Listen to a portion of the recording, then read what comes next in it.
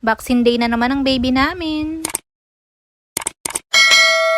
Hi, mga mare! Kahapon nga namuyot yung baby namin, mga mare. Buti na lang kagabi, masarap yung tulog niya. Nuko mga mare, naiinitan lang pala siya. Itong baby namin na to, kagayang-kagaya talaga ng kuya niya, talaga init. Kaya ang ginawa ko, mga mare, dito sa paanan na lang kami nag-ulo. Para nga yan, natututok siya sa electric pan. Tignan nyo naman, ang sarap-sarap ng tulog ng baby. Kinaumagan, mga mare, nakabisang panganay ko dahil Christmas party daw nila ngayon. May binata na talaga ako. Tignan nyo naman yung forma niya. Medyo maaga pa nga, kaya hindi ko siya pinaalis agad. Binantayan niya muna yung kapatid niya. Pagkatid nga ng Papa Choy sa Bunak sa eskwelahan, pinadaan ko na nga yung vaccine card ng Bunak. May vaccine din kasi ngayon yung baby, nakakalagnat na naman yun. Dahil nga kumpleto sa tulog yung baby, tignan nyo naman, nakamove. Nuko, tawa-tawa pa mo siya ngayon, mamaya niyan, iyak siya. Bago ko nga siya dyan paliguan, mga mare, yan nga, pinaarawan ko muna siya dito sa kama namin. Buti na nga lang talaga pumapasok yung araw dito sa kwarto namin, hindi na nga namin kailangan lumabas. Sinubukan ko nga siyang pinadedi dyan, mga mare, pero ayaw niya man. Nung nire-ready ko nga yung pampaligo niya, mga mare, naisipan kong ilabas na itong bathtub niya. Sabi ko nabubuhat na nga niya yung ulo niya, kaya pwede na siya dito. Tapos sinubukan ko nga yung nabili kong shampoo sa kanya. Pwede din pala itong pang body wash. In fairness sa Johnson na to, mga mare, napakabungo niya sa ulo. Mas mabango nga siya dun sa Lactacid. Tapos ito naman yung Dove Bar para sa katawan niya nga.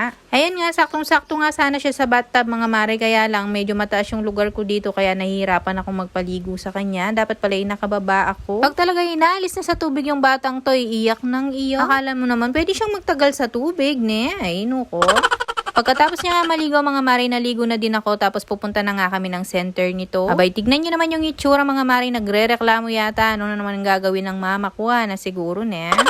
Kaporma niya pa mo sa suot niya, mga mare, may bulsa pa nga. In fairness naman sa mama ko, mga mare, napakaganda ng mga nabibili niya sa ukay-ukay na damit ng pambata. Pang 9 months pa nga ito, kasya na nga nyo. Dating nga namin sa center, mga mare, nauuna nga si Dylan sa listahan. Dahil nga kaninang pinahatid ko yung panganay ko, pinabigay ko na nga yung vaccine card niya para nga malista na. Pero pagdating namin sa center, wala pa yung kamodrona, kaya sinilip muna namin ng kuya niya sa school. Christmas party kasi nila ngayon, para nga medyo mapanood namin sila. Pero sumaglit lang kami sa eskwelahan, mga mare, dahil nga napakainit. Ayan nga ang kuya yan, sasayaw daw yung mga classmate niya, hindi daw siya kasali kasi hindi daw siya magaling sumayaw.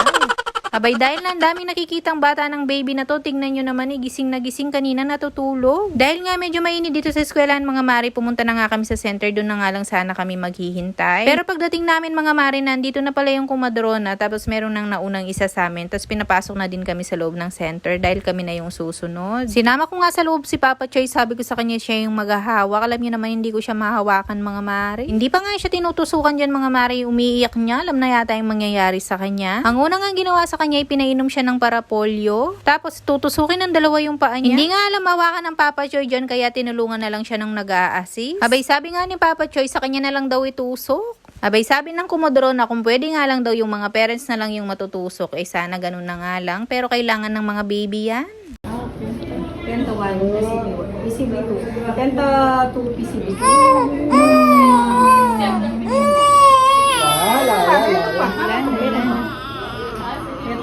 Meto pa. Lana. Ay.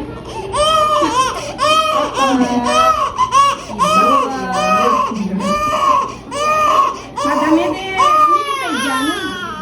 Nuko, kawawa yung baby namin, iyak malala. Tignan niyo naman, iniisip niya pa yata yung masakit niyang paa. Sana naman ay hindi siya lagnat. Kawawa talaga yung mga baby, mga mare, pag natutuso, kaya lang talagang kailangan nila yan para nga malabanan nila yung mga sakit. Pag-uwi nga namin, nakatulog nga siya. Tignan niyo naman yung paa niya, mga mare, namumula. Ilagyan ko nga siya ng aftershots ng tiny buds dyan, mga mare, para nga malamigan. Sakto naman pagkatapos namin kumain na yan, nagising na yung baby. Nagugutom pala siya, kaya pinadedi ko na. Pagkatapos niya nga dumedi, nilagay ko lang siya dito sa duyan, tapos papatulugin ko na nga. Pagkatulog nga ng baby namin, mga mare, dumating na nga yung panganay ko galing Christmas party. Abay, pinagmamalaki niya nga sa akin, nakuha niya, nakakuha daw siya ng t-shirt na Gucci. O siya, mga mare, yun lang.